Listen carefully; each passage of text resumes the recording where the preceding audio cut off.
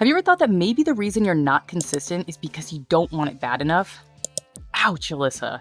Most people are going to say that they struggle with discipline because they're lazy, and that's just not entirely true.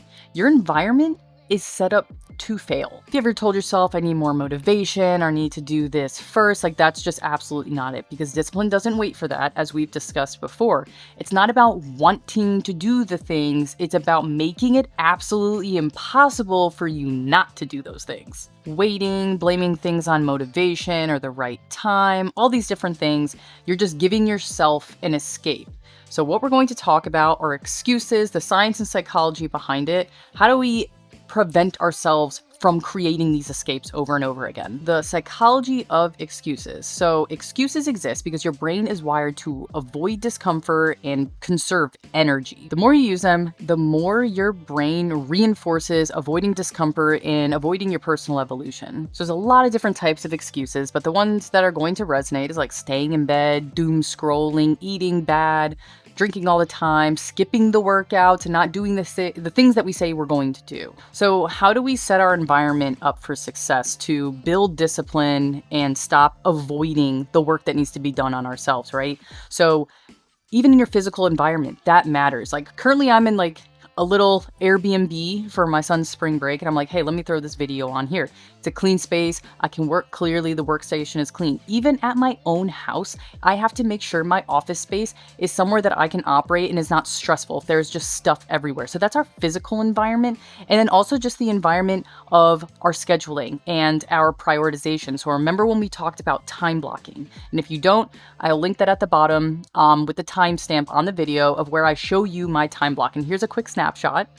So as you can see, I make it impossible for myself to fail, impossible to be double booked, and impossible to not achieve the things I'm going to do because I've already blocked it into my schedule and I hold those sacred and I have boundaries for those. The really interesting thing about the science behind excuses is that we oftentimes use them to deflect personal responsibility or to protect our self-image. So in action, this looks like I failed the test because the questions were too hard, or I didn't study because I was too busy.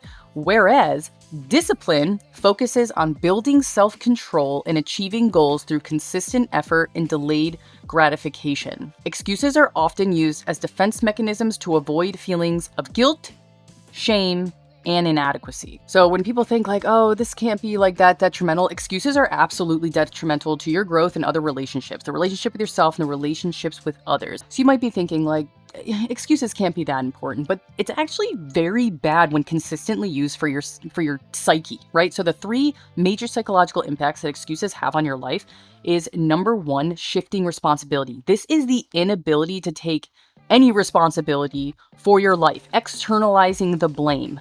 Okay? Horrible. Not good. You need to be able to change that to this is my fault, whether it's good, bad, indifferent. Learn to take responsibility for that. Two is going to be the erosion of your self-confidence. So you're actually undermining your own self-belief and potential of any motivation or inspiration inside of you when you're constantly putting those excuses out there instead of just your own self-belief.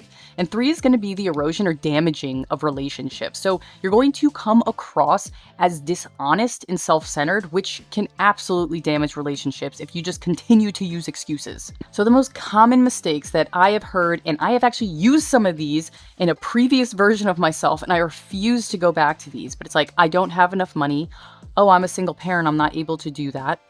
It's not the right time. I'm not smart enough. I am not well known enough. I'm too old. Next, it's not enough to just set these goals. You need to build the routine in your life that is going to support your success in these goals. So that looks like the time blocking that we talked about. That looks like having your gym clothes laid out already with your shoes, socks, everything. That way you eliminate any possibility of you not going when it's already laid out. If you're going in the morning, you wake up, your alarm goes off, and you can't go, oh, I didn't pick my gym clothes out. I don't know where my shoes are. Like when you're sitting in that bed, you are going to have every excuse in the world not to go. But if you prepare it the night before, if you have a glass of water already or a water bottle filled and you promise yourself you're going to drink 16 ounces every morning upon waking up, set yourself up for success. That is a new routine. And then you're going to practice self-awareness. So self-awareness is understanding and identifying all of your triggers and patterns that lead to the poor decisions and not following through with your goals and your routine that you set ahead of yourself. So no, if I hang out with this certain person, they always want to go out and party, but I'd rather like find a gym buddy, right? Like identify those different triggers. Is it okay if I buy Oreos or ice cream or something at the store, I know I'm going to eat the entire thing because I don't have self-control. Like, be aware of those things in your life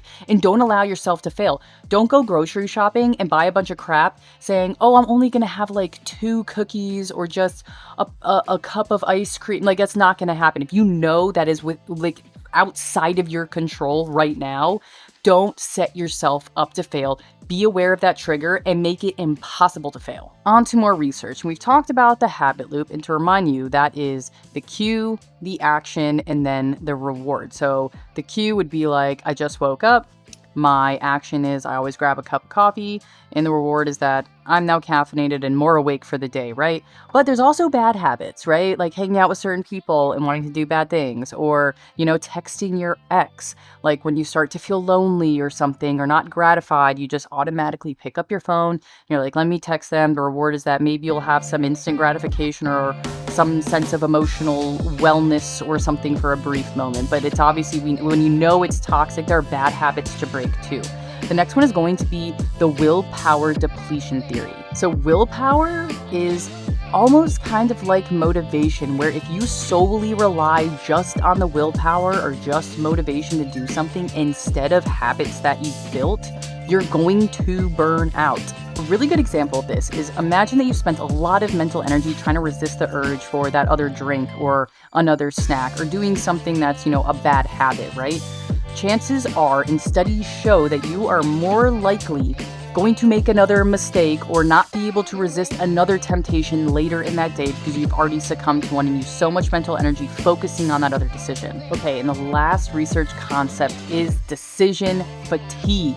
So if you've ever heard of this, too many decisions is going to cause a lack of execution. And then this might be common in things like online shopping. You might abandon your cart because there's too many decisions, or you might make a hasty purchase, right? Because so much online shopping is happening now.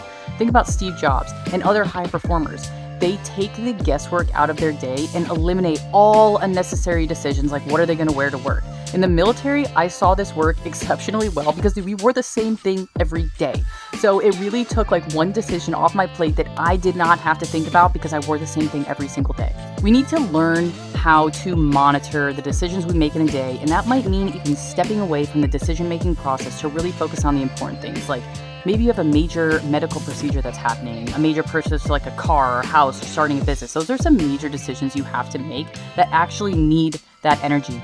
So taking the guesswork out of anything unnecessary helps you be able to focus that energy on things that matter. And that's like, what am I going to wear to that outing? What am I going to wear for this video right now?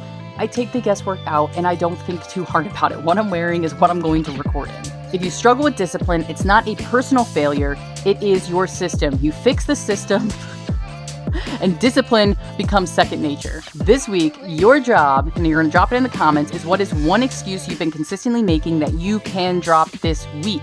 We're going to hold you accountable to it. Again, put it in the comments, make it real, make it come to life so we can support you, and I will respond.